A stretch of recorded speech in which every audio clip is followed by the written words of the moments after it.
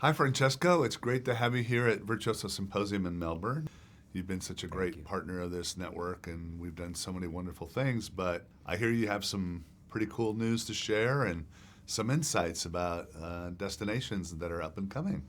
True, Matthew. Thank you for having me, and it is a pleasure to be here. I moved to Southeast Asia 7 years ago, and I saw an opportunity here to grow our business. We ventured into the Mekong with Aqua Mekong 4 years ago, after having set our sort of mark in South America and Peru with the Adi Amazon.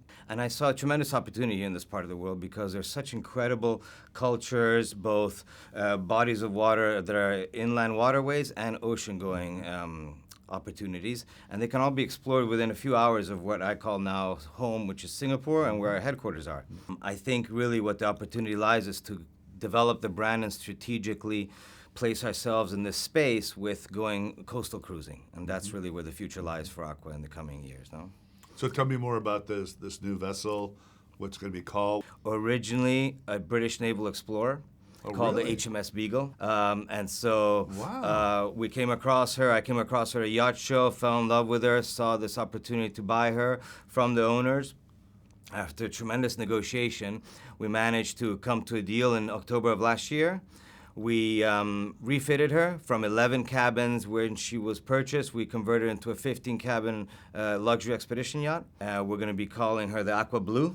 The Aqua Blue will operate in Indonesia as the first FIT departing out of Bali, Labuan Bajo, Spice Islands, and Raja Ampat. Aquanera, that will be built in Vietnam and shipped to South America, is also a first.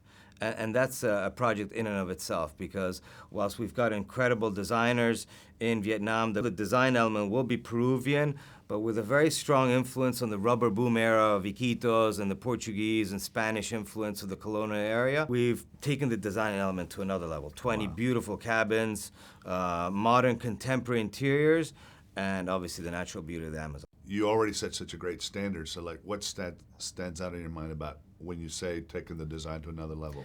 It's all about the details, and obviously it's the details, attention to details. Everything's been specifically sourced. It's got a sense of place. It's got a respect for the local environment that we're operating. Everywhere you've gone, you've kind of added this cool, surprising new element of how to really dive in that very destination immersive things. Well, I spend a lot of my time exploring from sub-Saharan Africa, Southeast Asia, South America. What really blew my mind is Indonesia. Indonesia, obviously, beyond the heritage that the country has, it's got 270 million people, split over 17,000 islands. The first voyage will be Bali to Komodo, but it's much more than just the Komodo dragon. It's hiking active volcanoes, it's trekking, it's snorkeling paradise. Komodo today is the #3 dive site in the world. But then beyond that, once we start doing these cross-destination journeys, which are 12-night voyages, we leave Komodo and we head towards the Forgotten Islands into the Banda Sea and heading towards Banda Neira. Banda Neira being the main Spice Islands. When you hear the Spice Islands, right? I mean, we all kind of know the name, but a lot of us don't really know a lot about it. So kind of explain, like, what's the mystique? The history and the story that still needs to be told is how in 1667, the Dutch, through the Treaty of Breda in Netherlands, they signed over the island of Manhattan in exchange for an island called Pulau Run. See, when I go home, one of the ways I'm going to say this is, wouldn't you like to go to the place that was traded for Manhattan? Yeah.